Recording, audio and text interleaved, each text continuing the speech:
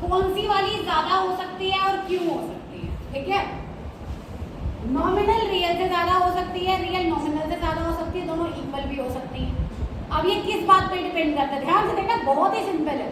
कई बच्चों को लास्ट तक समझ में नहीं आता।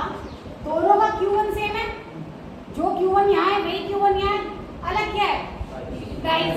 तो मेन फैक्टर क्या रहा होगा इसमें, प्राइस।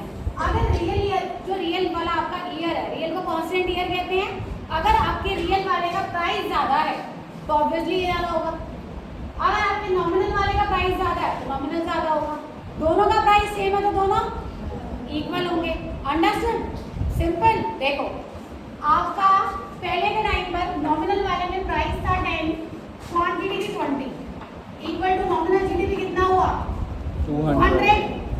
रियल में हमारा प्राइस है 20, क्वांटिटी सेम है तो क्वांटिटी को सेम रखूंगी, कितना हुआ। अब बताओ रियल जीडीपी ज्यादा हो सकती है नॉमिनल जीडीपी से, बिल्कुल हो सकती है। तो रियल जीडीपी नॉमिनल जीडीपी से ज्यादा हो सकती है, रियल जीडीपी नॉमिनल जीडीपी से कम हो सकती है, रियल जीडीपी नॉमिनल जीडीपी के इक्वल हो सकती है। It all depends on price, all depends on price, quantity same. Got it. Next हमारा जो क्वेश्चन है आज का वो है, पहले मैं आपसे पूछती हूँ फिर मैं बताऊंगी। मुझे आप ये बताइए, नेशनल इनकम को कैलकुलेट करने के कितने मेथड्स हैं, कितने मेथड हैं, नहीं पता, कितने मेथड हैं, 3।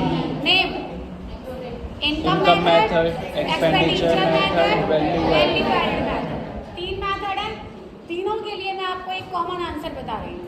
अगर आपसे ये पूछा जाए सपोज दैट पेपर में कि नेशनल इनकम काउंट करते टाइम इनकम मेथड में हमें कौन कौन से प्रिकॉशंस लेने चाहिए, लाइक वो कौन से प्रिकॉशंस हैं, मतलब किसको काउंट हमें नहीं करना, तो इनकम हो या एक्सपेंडिचर हो या वैल्यू एड, तीनों के कॉमन प्रिकॉशंस हैं तीनों, ठीक है। कुछ पॉइंट्स तीनों में कॉमन रहेंगे, आप उनमें से कोई भी लिख देना जो आपको याद रहे। मैं आपको एक पॉइंट्स बता रही हूँ, उसको याद करने का सिंपल तरीका क्या है, जो मैंने बना रखा है बुक में नहीं है ये, इसको फिर नोटबुक में करेंगे आप।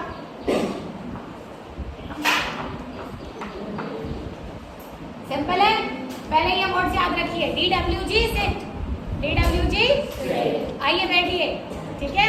तो DWG सेट हमने बिठाए हैं, अब इनको हम देखते हैं इसमें क्या क्या आता है। डी का मतलब होता है डोमेस्टिक सर्विस। डोमेस्टिक सर्विस का मीनिंग होता है बच्चे,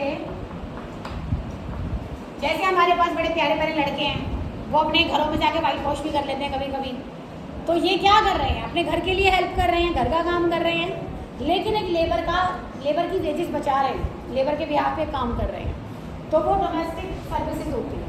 अब डोमेस्टिक सर्विसेज में बहुत सारे तरह की सर्विस होती है, कौन सी काउंट होगी और कौन सी काउंट नहीं होगी, पहले वो समझो। आपकी मम्मी घर का काम करती हैं, सारे काम करती हैं, क्लीनिंग भी करती हैं, डस्टिंग भी करती है, कुकिंग भी करती हैं। कभी आपने मम्मी को पैसे दिए आज तक, नहीं दिए। अब यहाँ से आप स्कूल के बाद घर जाओगे, घर जाने के बाद आपकी मम्मी सपोज करती थी बेटा मैं बीमार हूँ, जब खाना बना, आप बनाओगे नहीं बनाओगे, नहीं बनाओगे आप, खाना नहीं बनाओगे, देखिए मम्मी के लिए खाना भी नहीं बनाएगी, गलत बात, बनाना पड़ता है।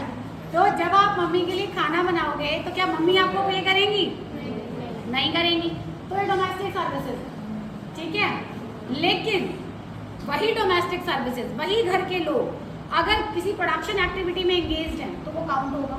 फॉर एग्जाम्पल, आप यहाँ से जाने के बाद पापा के पास जाते हो शॉप पे, ठीक है, पापा की शॉप पे गए और वहाँ पर काम कर रहे हो तो वो काउंट होगा। क्यों होगा, क्योंकि आप प्रोडक्शन एक्टिविटी में एंगेज हो। आपकी मम्मी कुकिंग करती है, वो काउंट नहीं होगा। तो डोमेस्टिक सर्विस का मतलब जो वुमेन होता है उनका तो कहीं काउंट होता ही नहीं, या लिख लो कि वुमेन का हमारे इंडिया में काउंट होता ही नहीं नेशनल इनकम के अंदर, सिर्फ वही काउंट होता है सिर्फ मैं यहाँ काम कर रही हूँ, मेरा ये काउंट होगा। अब मैं घर जाके कितना भी काम करूँ कोई नहीं गिनेगा, कोई मुझे पैसे भी नहीं देगा कि इतना काम कर रही है, चलो कुछ पैसे ही दे देते हैं, नहीं देंगे, ठीक है, क्योंकि वो हमारी प्रोडक्शन एक्टिविटी नहीं है। क्लियर। तो डोमेस्टिक सर्विस का क्लियर होगा, डोमेस्टिक में कौन सी वाली काउंट होगी, कौन सी वाली नहीं। डोमेस्टिक में जो प्रोडक्शन एक्टिविटी होगी वो काउंट होगी, जो अनप्रोडक्टिव एक्टिविटीज होंगी वो काउंट नहीं होगी। ओके।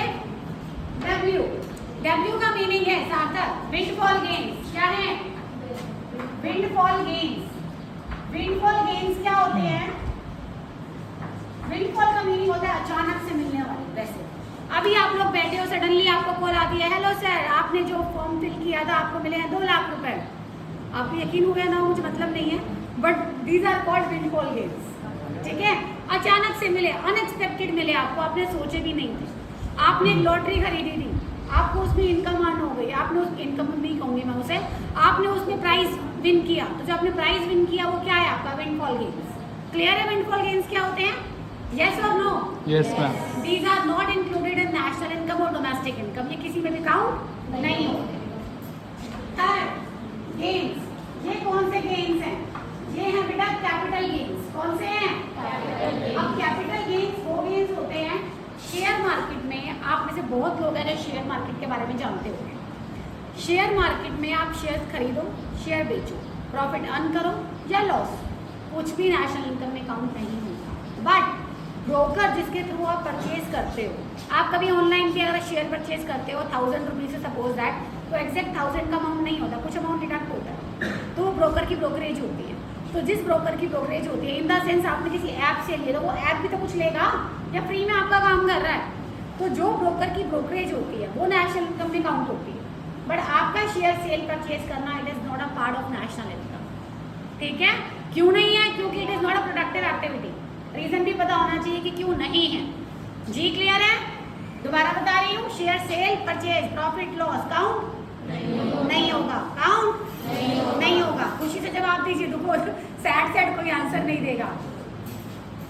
एस में 2 पॉइंट्स हैं। एस के अंदर 2 पॉइंट हैं, एक है सेल्फ कंजप्शन और एक है हमारा second hand item. Self consumption और second hand item. Self consumption का मीनिंग होता है आप अगर एक प्रोडक्टिव एक्टिविटी में काम कर रहे हैं, किसी भी प्रोडक्शन एक्टिविटी में काम कर रहे हैं, आप कुछ भी प्रोड्यूस कर रहे हैं और आप सेल नहीं कर पा रहे उसे और आप घर के लिए ले आए, तो वो सेल्फ कंजप्शन है और वो काउंट होगा। फॉर एग्जाम्पल, अभी टीचर डे आने वाला है, आप टीचर डे पे बाई चांस अपने घर से कुछ स्वीट लेके आते हैं, मतलब कह रही हूँ मैं, अगर आप स्वीट लेकर आते हैं और आप अपने पापा की शॉप से लाते हैं, तो वो सेल्फ कंजप्शन है। अगर आपके पापा की शॉप नहीं है, बाहर है, वो अलग मैटर है। आप अपने पापा की शॉप से लाते हैं, आपको लगा ये फ्री की है, आपके माइंड में क्या आया? तो फ्री की है, मैंने पापा की दुकान से उठा ली, पापा ने कौन से पैसे दिए हैं, बट एक्चुअल में वो पापा ने सेल करने के लिए बनाई थी, आप उठा के ले आए, तो वो सेल्फ कंजप्शन है और वो नेशनल इनकम में काउंट होती है। मम्मी को बोला कि मम्मी मुझे चाहिए खीर, वो भी सेल्फ कंजप्शन है, लेकिन वो नेशनल इनकम में काउंट नहीं हो। क्यों नहीं होगी? क्योंकि वो प्रोडक्शन एक्टिविटी का पार्ट नहीं है। ऐसे तो आप बहुत कुछ करते हो। एक और एग्जाम्पल, आपके घर में किसी भी फ्रूट्स का पेड़, किसी भी फ्रूट का पेड़ है, अगर वो फ्रूट का पेड़ जो भी फ्रूट है आप मार्केट में सेल कर रहे हो, तो वो नेशनल इनकम में काउंट होंगे। और सेल करने के साथ साथ आप घर में भी कंज्यूम कर रहे हो, तब भी वो काउंट होंगे। एक सिंपल एग्जाम्पल देती हूँ।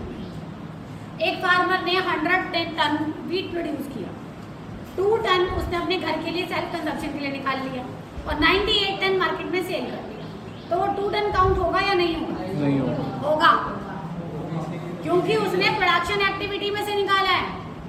आपको इतनी सी बात समझ में नहीं आ रही? होगा या नहीं होगा? डेफिनेटली होगा। अभी वही काम आप अपने घर में बाई चांस पोटैटो ग्रो करते हो, किचन गार्डनिंग करते हो छोटी मोटी, थोड़ी बहुत, तो ये काउंट होगी या नहीं होगी? नहीं होगी, क्योंकि आप प्रोडक्शन एक्टिविटी में हो ही नहीं। वो तो आपका हाउस होल्ड वर्क है, थोड़ा बहुत कर लिया। तो सेल्फ कंजप्शन समझ में आया कि नहीं आया? Second hand item.